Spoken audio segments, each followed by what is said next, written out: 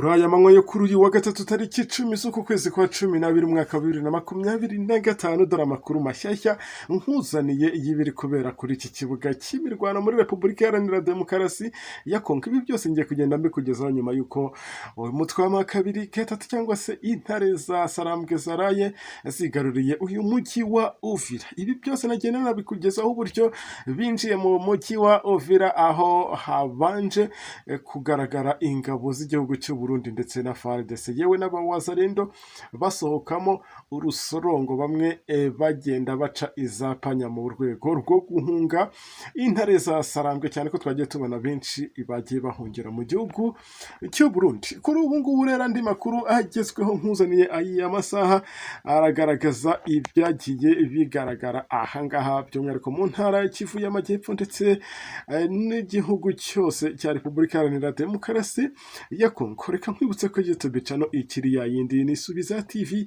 aha niho bibera, aha niho ukura amakuru aba yizewe kandi amakuru abagezweho. Nkundi rero nizi update nzi kugezeho ubwo mpa time yawe muri iyi minota mike tugiye kumarana, ndaza kuba nakubwiye neza uko ahangaha byifashe. Wongere volume ariko kandi mbere ko nkubwira ibi byose reka mbwire wa wundi bikigera ahangaha kuri uyu muyoboro wa YouTube channel ariko bwa mbere reka tumusabe gukora subscribe cyangwa sabone bitewe nuko byita, kuko ni umusanzu wa mbere abaduhaye kandi kubana natwe aba ari umugisha ukomeye. Ahangaha nakubwira ko aba ari amakuru abagezwe kandi amakuru aba yizewe. Ahangaha ntago twazanywe na views, ahubwo twaje kubabwira ibiba biri kubera ahangaha ku kibuga cy'imirwano. Bityo rero mujye munkundira mu nshyigikire mu ibitekerezo byanyu muri komenti, ari nako mu likinga iyi nkuru. Biragaragara ko igihugu cya Leta Zunze Ubumwe za Amerika ndetse n'ibindi bihugu by'i Burayi byakomeje kotsa igitutu RDF ndetse n'uyu mutwe wa kabiri gatatu. Tibiteye biti Amerika na bimwe mu bihugu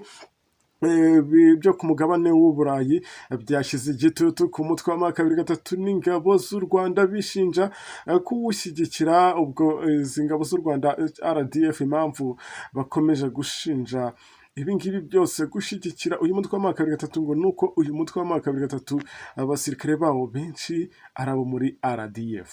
Ariko kandi ibi bikaba byakomeje kuba nyuma yuko uyu mujyi wa Uvira ufashwe. Bakomeza basaba izi mpande zombi guhagarika by'ako kanya ibitero muri Repubulika Iharanira Demokarasi ya Kongo. Usibye Washington, abandi bafatanyije nayo mu gushyira igitutu ku Rwanda n'uyu mutwe wa kabiri gatatu harimo umuryango w'ubumwe bw'u Burayi, ubwo n'Ubudage, Ububirigi, Ubwongereza, Ubufaransa n'Ubuholandi yewe na Denmark, harimo n'Ubusuwisi na Suwede.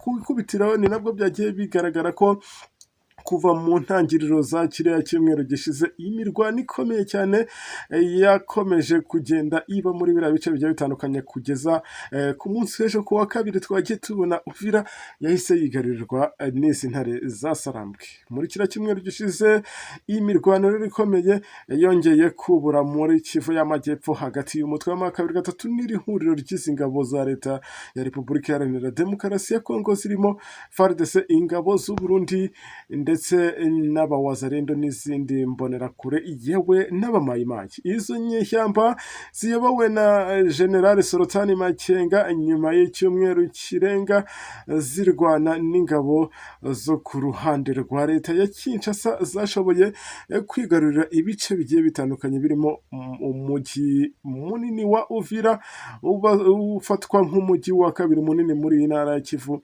y'Amajyepfo.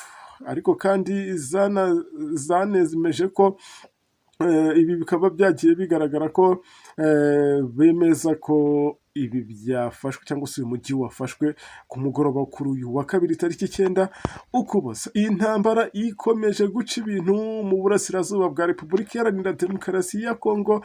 By'umwihariko nagenda nkubwira ko mu gihe ku wa kane wa kiriya cyumweru gishize Perezida Felix Antoine Tshiekedi wa kino gihugu yasinyanye amasezerano y'amahoro na mugenzi we Paul Kagame w'u Rwanda, aho kuri ubu Leta Zunze Ubumwe za Amerika n'ibihugu by'i Burayi mu itangazo ryihutirwa cyangwa se rihutiweho basohoye bavuga ko bafite impungenge z'ubushamirane bukomeje kubera aha hafi y'iki gihugu cy'u Burundi, aho bashimangira ko ibi bishobora kugira gutuma akarere kose gahungabana. Ibi ngibi rero baba babivuze bashingiye ahanini ku mirwano imaze iminsi ibera ahangaha muri ibi bice byegereye uriya mupaka uhuza Repubulika Iharanira Demokarasi ya Kongo. Aba kandi basabye uyu mutwe wa makabiri gatatu n'ingabo z'u Rwanda guhagarika ibikorwa byo gutera ingabo zihanganye n'uriya mutwe,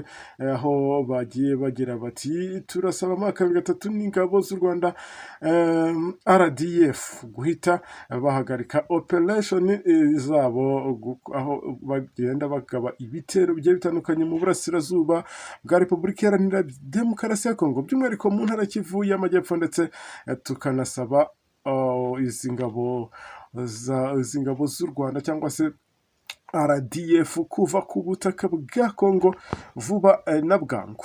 Gusa kandi itangazo rihuriweho na biriya bihugu aho bagiye banasobanura ko ibi ngibi bikwiye kuba vuba cyane. Biba bivuze nyuma y'uko isi yose yahise ibona yuko umujyi wa Uvira wari umaze iminsi umeze nk'aho urimo ikintu cy'ubwoba uhise ufatwa n'uyu mutwe wa makabiri gatatu. Iri tangazo rihuriweho rero n'abariya baminisitiri bigaragara ko by'umwihariko nk'uko ni kugenda mbikubwira bihuriweho n'uyu minisitiri w'ububanyi n'amahanga. Amerika kandi irasaba uyu mutwe wa makabiri gatatu gusubira mu birindiro byayo inashyigikira ibihuriye mu mahame nshingiro ya leta ya Kongo Kinshasa basinyanye iduha muri Katari. Ibi ngibi byose biri kuba n'ubundi ibyo hari n'ibyigeze kubera hariya i Rwanda ndetse na Nairobi. Ibyo bihugu kandi byagaragaje impungenge zo kuba iriya ntambara ikomeje gukoreshwamo indege zitagira abapilote zo mu bwoko bwa drone. Ubwo birumvikana ari nazo ziri kugenda zigaba ibitero bigiye bitandukanye ku baturage, ariko kandi bikagaragara ko ibi ngibi biba bigenda bigaragarira buri wese ko izi ndege zikunda gukoreshwa n'igisirikare cya FARDC, ariko kandi bikagenda bigaragarira ku rugamba ko bamwe mu baturage aribo bagenda bahatakariza ubuzima. Akaba ari nayo mpamvu aya makimbirane akomeje guteza akaga gakomeye bamwe mu baturage batuye muri ibi bice biri kuberamo intambara y'urudaca tumaze iminsi tubona kuri ubu ngubu. Nkaba nkubwira ko ibi bice byinshi bigize iyi ntara y'Amajyepfo bwose ndumva nta n'ibindi bisigaye bitarafatwa n'uyu mutwe wa makabiri gatatu, tugere ku duce tumwe na tumwe natwo nakubwira ko nyuma y'iminsi runaka n'ubundi turaba twagiye muri aya maboko y'uyu mugabo Sultan Makenga, kubera ko uko ategura urugamba narababwiye ngo ntago yihutiraho ibintu byabikora gake gake bucece ugashiduka yakwinjiranye. Ngahe ngukorera amakuru y'aya masaha naba nkuhaye nkubwira ngo amakuru turayafite menshi, tuze gusura amakuru yacu ari imbere. Wowe ntuze kuntenguze gukomeza untega amatwi cyangwa se ukomeze ube hafi yanjye nkwereke ibiri kubera ku kibuga cy'imirwano. Ubwo rero nakubwira ko aha muri uyu mujyi wa Uvira nk'uko nagiye mbigutangariza nkubwira ko uri mu maboko ya makabiri gatatu, nta kindi kiri gukorwa musibye guserebura kw'abaturage, ndetse izi ngabo nabo ariko zigenda ziyongera muri uyu mujyi, zigenda zikora akantu k'agasuku namwe murakumva nyine, no gukuramo bya bindi bitandukanye n'ibyo bo baba badashaka. Naha mu kanya YouTube channel cyari yindi ni Subisa TV, aha ni ukura amakuru aba yizewe kandi amakuru abagezweho. Ndabakunda, mpora mbifuriza ibyiza, mukore subscribe kuri babandi tuba tugeranye kuri uyu munota nta kintu barakora, ariko kandi ari nako mugenda musiga ibitekerezo byanyu muri comment, mukora no kuri wishare kugira ngo iyi nkuru igere kuri benshi bashoboka. Kambabwire ngo asante sana.